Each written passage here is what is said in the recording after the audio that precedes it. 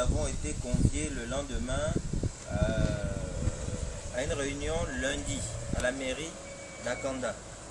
Réunion à laquelle devait prendre part le gouverneur, madame le gouverneur de l'Estuaire, le DG de la UNTTC, le maire d'Akanda. Donc la réunion était prévue pour lundi à 14 h. Nous sommes rendus lundi à 14 h au lieu de rendez-vous. Malheureusement, madame le gouverneur n'était pas présente, le DG de la UNTTC n'était pas présent et nous étions uniquement face aux représentants de la société G16. Nous étions avec le collectif des Sekiani qui était avec nous. Donc c'était les deux collectifs qui avaient été invités à prendre part à cette réunion-là. Donc on n'a pas pu vraiment échanger puisque la réunion portait sur le démarrage des travaux de G16 dans cette zone-là. G16 a expliqué que cette réunion-là était là pour nous indiquer qu'ils allaient démarrer les travaux le 1er février, donc aujourd'hui. On s'est opposé fermement au démarrage des travaux le 1er février. Que ce soit nos frères collectifs de Sekiani, que ce soit nous, nous avons dit qu'il est hors de question que les travaux démarrent. Déjà, de quels travaux il s'agit? Point d'interrogation. Ça impacte qui? Point d'interrogation. Toutes ces réponses-là, on ne les a pas. Si le titre foncier de Titane est reparti au domaine public, il doit y avoir un décret. Est-ce que ce décret existe? Il est écrit à la UNTTC pour qu'on nous fournisse ce décret, on ne lui a pas encore répondu. S'il y a une décision qui a été prise pour que ce décret-là soit en partie concédé à G16, il y a une convention entre les deux. Où est cette convention-là? Si c'est le cas, il y a cette convention-là, il y a normalement un document que le ministère de l'Habitat doit délivrer à G16 pour pouvoir démarrer les travaux. Où est ce document-là? Donc, aucun de ces documents nous a été présenté. Ça a été relevé devant la responsable du G16 qui était là, qui est Madame Sengon, qui était présente aussi le jour de la consultation publique chez les chefs, le samedi, qui était présente ce jour-là. Et le 4e maire adjoint était clair, il a dit à cette dame-là, vous ne pouvez pas démarrer dans ces conditions-là les travaux le 1er février. Vous devez vous retrouver avec les différentes parties, éclaircir toutes ces zones d'ombre-là, et à partir de ce moment-là, vous pourrez envisager de démarrer les travaux. Mais ça, c'est le côté G16. La UNTTC n'étant pas présent, nous ne savons pas quelle est leur position. La République n'était pas présente, nous ne savons pas quelle est leur position. Nous n'avons que la position de G16. Au cours de cette réunion, nous avons aussi appris que le projet de G16 porte sur 29 hectares. Global. Avec un besoin de 15. Et eux, ils ont besoin, G16, pour reloger les personnes déguerpies de la Lokala, ils n'ont besoin que de 15 hectares.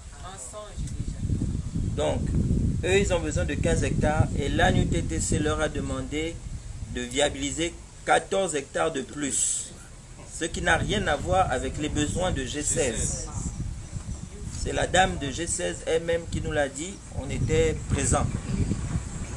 Elle n'a pas dit ça en aparté, elle a dit ça au cours d'une réunion publique.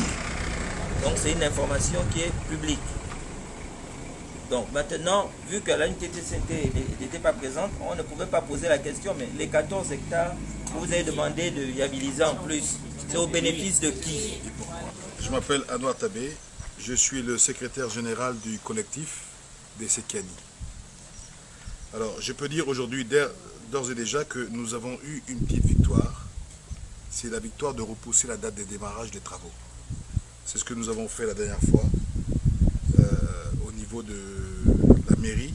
La dernière réunion qu'on a eue, normalement, les travaux devaient démarrer le 1er février.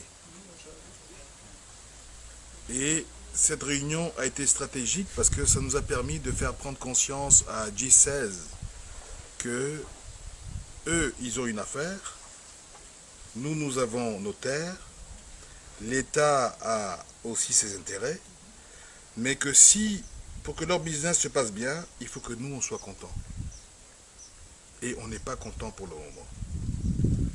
Nous n'avons aucune visibilité sur ce qu'ils veulent faire. Nous n'avons pas de visibilité non plus sur l'impact des travaux qu'ils doivent faire sur nos terres. Donc il faut que ce soit clarifié. Et Dieu merci, Madame Assingon aussi a compris cela, parce que ce qui est intéressant, c'est c'est une responsable. Elle comprend que démarrer pour être stoppé dans 2-3 jours, et que même qu'il y ait des problèmes ou que le sang coule, on ne se fâche pas, hein. C'est la vérité. Hein. Parce que celui qui voit que sa terre, là où il a investi, quelqu'un vient le prendre en disant que c'est dorénavant sa terre, personne ne va accepter ça. Aucun humain sensé ne peut accepter ça. Alors nous, on ne veut pas qu'on en arrive là. Nous, on pense à ce qui peut éviter tout ce qui est mésentente ou bien violence. La violence ne règle rien, n'apporte rien de bon.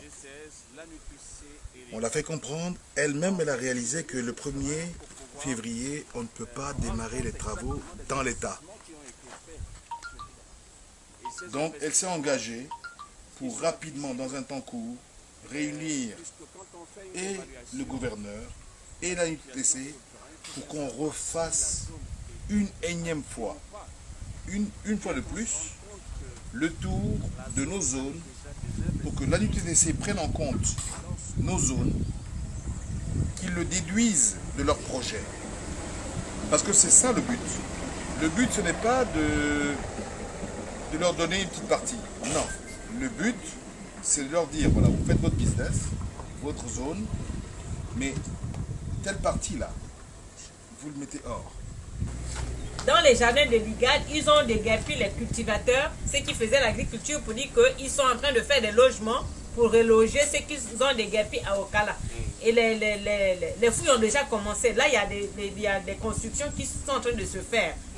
Maintenant, comment ils disent encore qu'ils vont les reloger ici? Il y a 600 personnes impactées à Okala. Dans les 600 personnes qui sont impactées à Okala, il y en a à qui on a donné